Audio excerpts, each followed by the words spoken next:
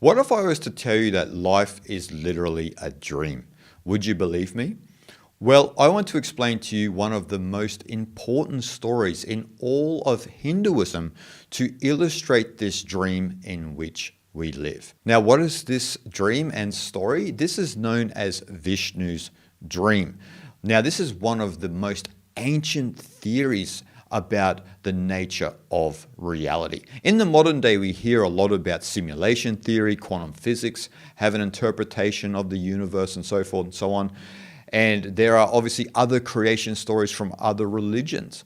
But this theory and story about Vishnu's dream is one of the most mind-boggling stories you'll ever hear. One of the most mind-boggling interpretations of the world that we can conceive of. Now, before we get into what the dream actually represents to us, we have to set the scene about this story, right? Now, I want to show you one of the most ancient images and explain to you what this image actually means in relation to Vishnu's dream. Now, first you'll see in this image, you'll see Vishnu resting on a serpent bed.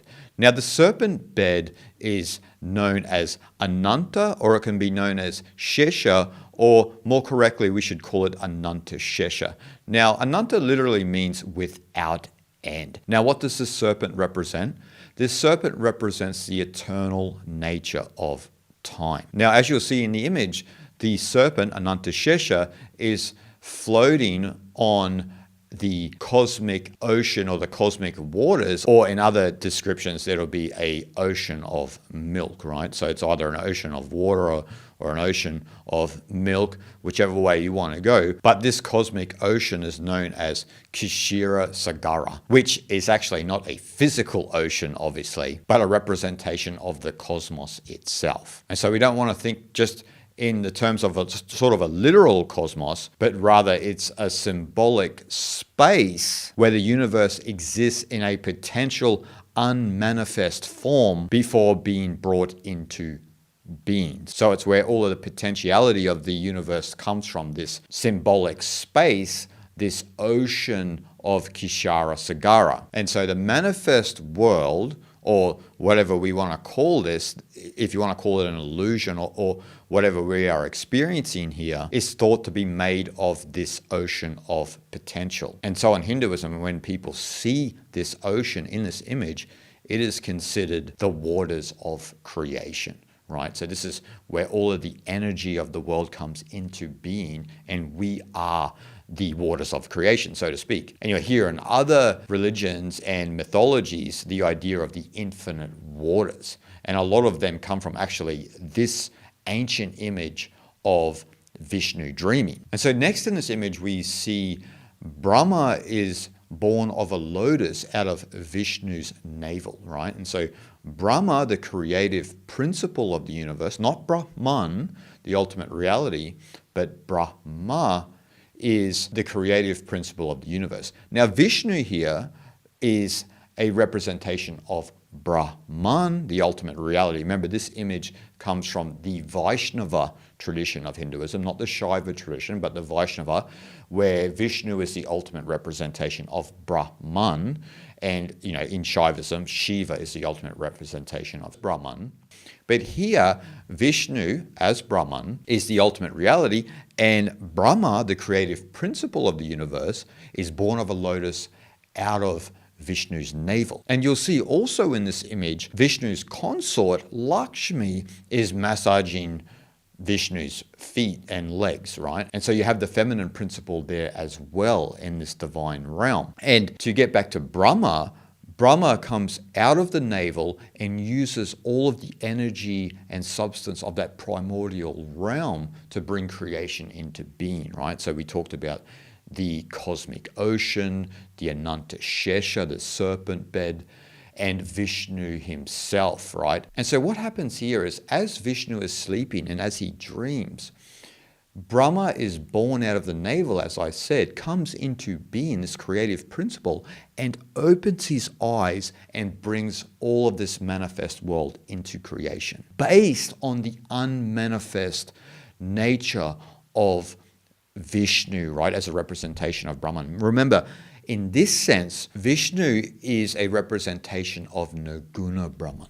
Nirguna Brahman here is Brahman without qualities. And as Brahma opens his eyes, he brings the Saguna Brahman realm into reality. Saguna Brahman is Brahman with qualities. And so in this sense, this is Vishnu in the manifest world, the world that we experience, right? And so that's the scene of creation that I've set for you, right, based on that image. This is the scene based on Vishnu dreaming.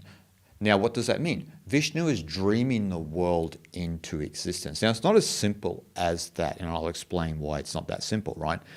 But what we have here, as Brahma opens his eyes, he brings the world in creation, right? And so the universe itself goes through a process of creation, preservation, and destruction.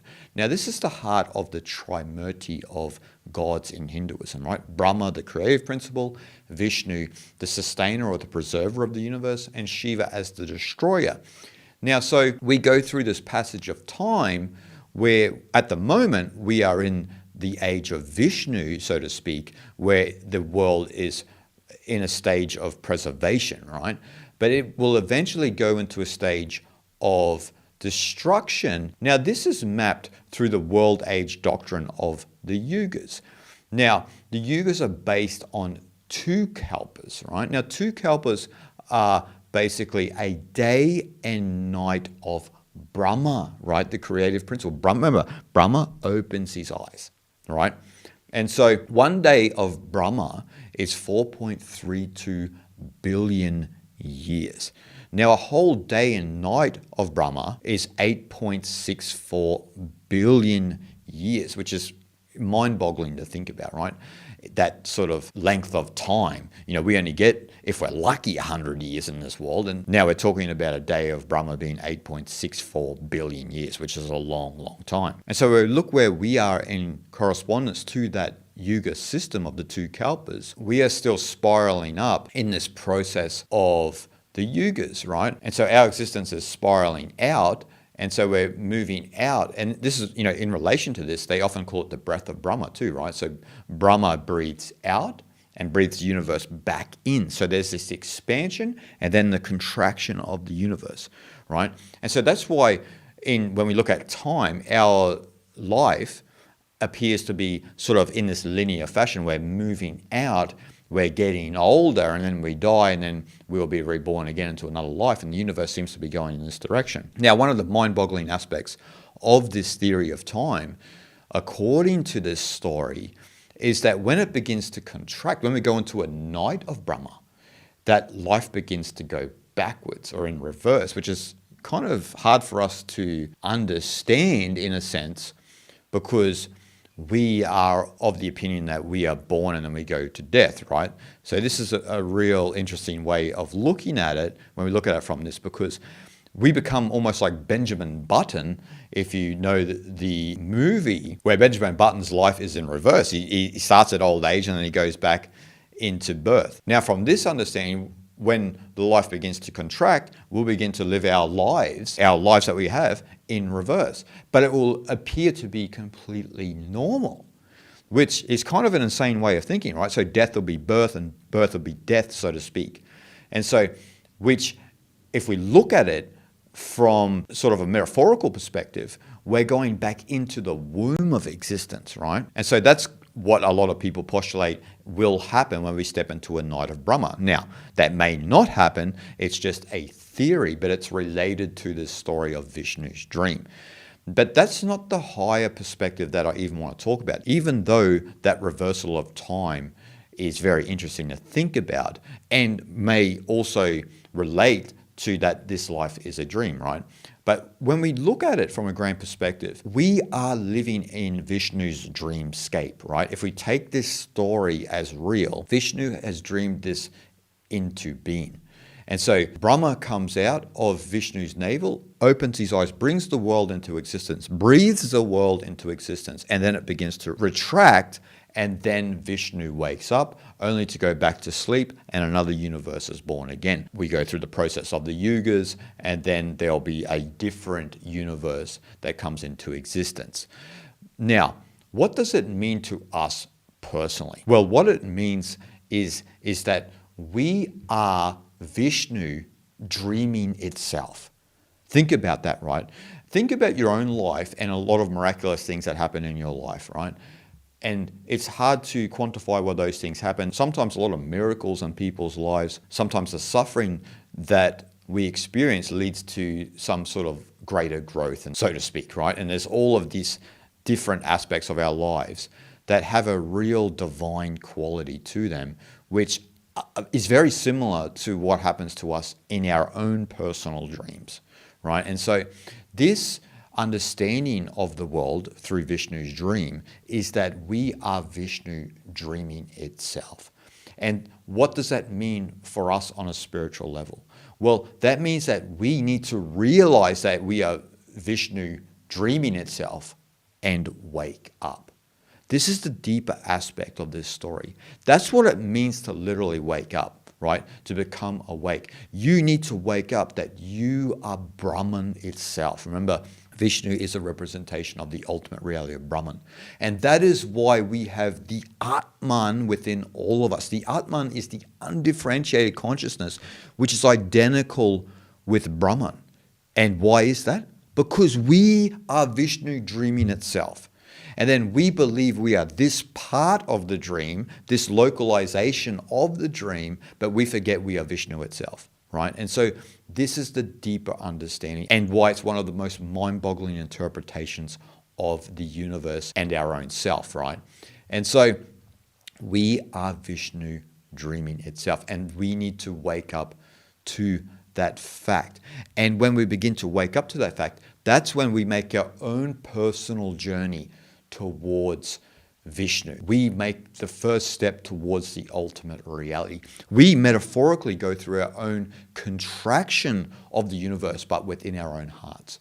Right? We begin to peel the layers of our identity away, and we begin to merge and marinate our soul in the essence of the world, which is Vishnu, because we are beginning to wake up from the collective dream of Vishnu. And so as a spiritual aspirant, that's the essence of the spiritual path when we look at this story.